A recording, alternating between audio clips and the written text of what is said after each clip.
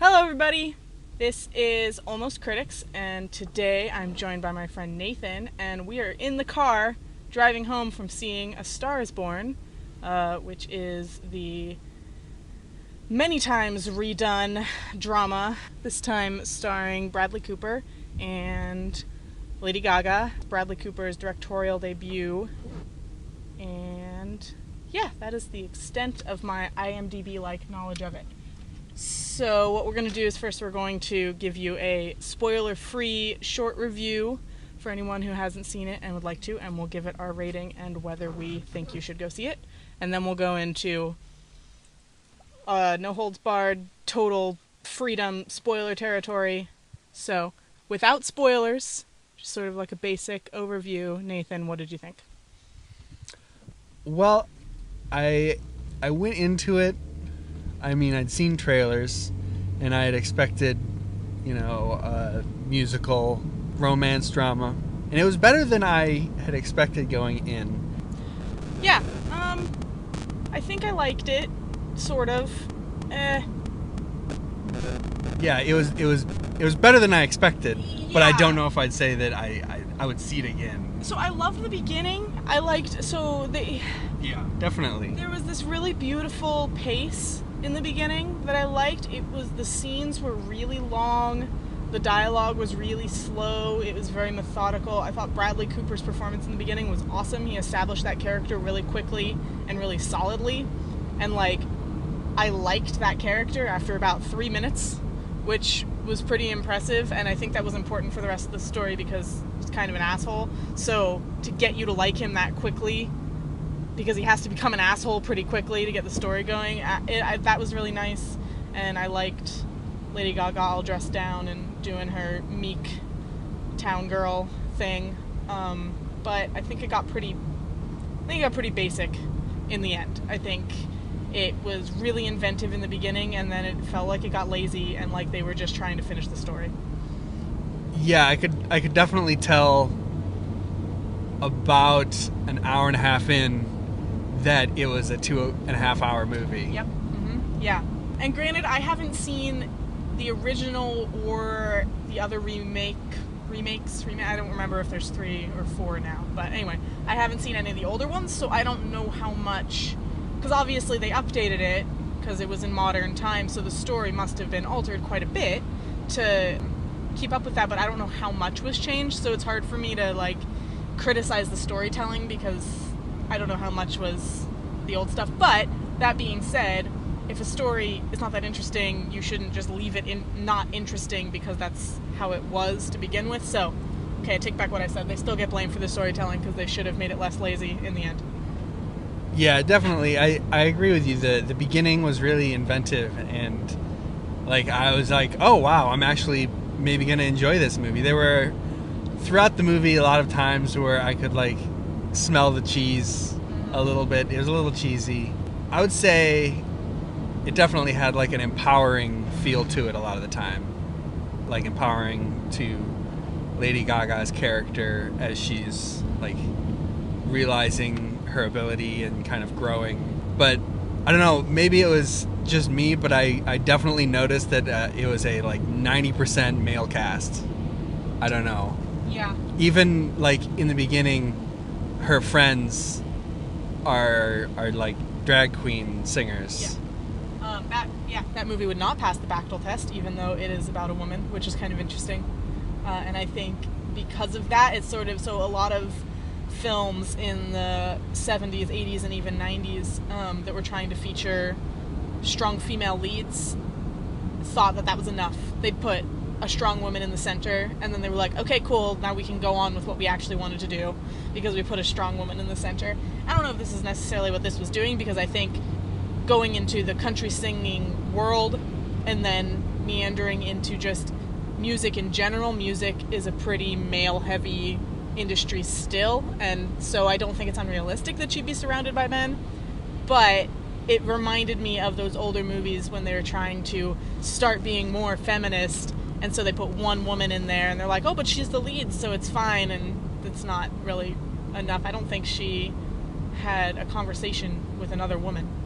I think in that movie. The most memorable other women in the movie that I can remember were the two dancers that she didn't want to dance with. That she's like, I don't want to dance with these people. Okay, so we should rate it and decide if we're suggesting it. So my rating system is I have my 5 categories. I have perfect, great, good, some issues, and disappointing. I think with this one, it's definitely between good and some issues. I think it's going into some issues because it had good aspects. The acting was great, I think. I think Bradley Cooper, I don't know if I really like him as a person, but he's a wonderful performer, and he's proven that 100 times over, and I thought this character was more interesting than he's going to get credit for. Unfortunately, in places like the Oscars and stuff like that, quiet, subtle characters don't get a lot of attention. So I don't think he's going to get a lot of attention for this. I don't think he's going to win, but I think he deserves attention because I thought it was really nice and quiet. The voice that he made up for this, that he like brought out of thin air, which is nothing like his actual voice, was really impressive. And Lady Gaga, for her big screen debut, was pretty solid. That being said, its length and its sort of lack of inventiveness, I think that overshadows the acting and brings it down into my some issues category. Yeah, I would. My arbitrary system at the moment is going to be a 5-star, and I'm going to give it. Yeah, I would say like 2.5 stars. I felt like the beginning was strong. Like you said, Bradley's character was. I really felt like he put so much effort into this movie. Like he made it. He starred in it. I don't know if all of the songs were original or not, but they both did amazing. Probably one of the things that like kept it going for me was that it was so well done musically. But towards the end, that's when it started getting like really heavy, but there were a lot of either like really long slow scenes or kind of like I don't know how to describe it. Like, why is this still going on? Yeah, exactly. I think, so if we're going to decide if we're suggesting it, I think I would say it's not for everyone. And I usually say that about like art films, but for this one, I think if you really like Bradley Cooper, go see it. If you really like Lady Gaga, go see it. If you like rock or pop music, if that's like your thing, then this is probably a good one to go see. But if you're just trying to find a good movie and none of those pieces are particularly intriguing to you, you could probably skip it. The length of it definitely is, I would say, one of the downsides. Having seen it, I liked it. I liked it enough. I don't know if I would see it again. Any spoilers that you want to talk about? So warning, spoiler zone. Anything you want to talk about that would be a spoiler, go for it. The main spoiler is that Bradley Cooper does not make it to the end of the movie. It sort of felt like a big rock slide at the end, because it's like you saw that's where it was going and you're like, okay, like he did the foreshadowing in the rehab being like, I tried to kill myself once, and you're like, okay, foreshadowing, let's see what's gonna happen. Oh, he describes it in detail, okay, and they sort of had that motif the whole time of that, like, describing something and then repeating it, and that, yeah. I don't know, like, I found the conclusion and the whole last third of that story really unsatisfying, but it's one of those stories where it's hard for me to criticize it when I don't know how I would do it better, because it's like, how would you end that? Like, it's not gonna have a happy ending. It drags on and then it just ends. Or it's like, how is this gonna end? Oh, it ended like that? And then it's a song, and then it ends. I did like, so there's this one big pet peeve I have with films when they do flashbacks to things that you just saw 40 minutes ago. I hate it. I will very often write off a film if it does that, even if the rest is good, because it just drives me up the fucking wall when they do flashbacks to, like, bring up emotion during the climax and it's stuff from the movie, because you're like, I just watched that. I don't need to watch it again.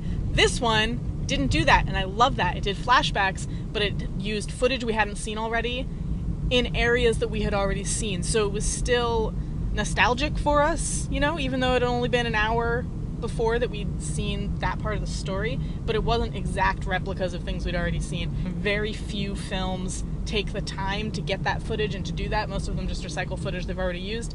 I was really appreciative of that because it started doing flashbacks and I was like, God damn it, you're going to do the thing. And then it didn't do the thing, and that was a pleasant surprise. That was my highest point in the movie. I was like, you didn't do the really annoying thing that I hate. Good job. I'm trying to think my favorite part. I mean, you got Lady Gaga's first moment on stage where she's, where she's getting pulled out there and she's petrified and she doesn't know what's going on. I thought that was pretty well done, pretty emotional. Her acting in that part was pretty good. I liked that you could see how Lady Gaga was drawing from her own career. I mean, I don't know if I'm reading too much into that, but I think definitely. I felt like that was... It made it more enjoyable for me to at least pretend that's what was going on, even if that wasn't actually what was going on. But, yeah. There's a part of the movie that I like to, in my head, refer to as... Did you see it on YouTube? Yeah. It happened like 5 times, I think, every 2 or 3 minutes. It was like, I saw it on YouTube. Oh, did you see how many views it got on YouTube? Yeah. And I'm like, is that what's going to happen like the rest of the movie? But they eventually transitioned off of it. I think the problem with it is it was fine. It was well produced. It was well made. It was well acted. It's entirely forgettable. And in 2 years, no one's going to be thinking about it. Definitely. And, if you're going to remake Judy Garland, you have to do better than that. Yeah, I agree. Yeah. All right, cool. Well, that was A Star is Born. Nathan gave it 2.5 stars, and I gave it a rating of some issues. So go see it or don't, and let me know if you disagree. Tell me what you think down in the comments, or you can find me on Twitter. I'm at Caitlin Stowe, and thanks for listening. Thanks.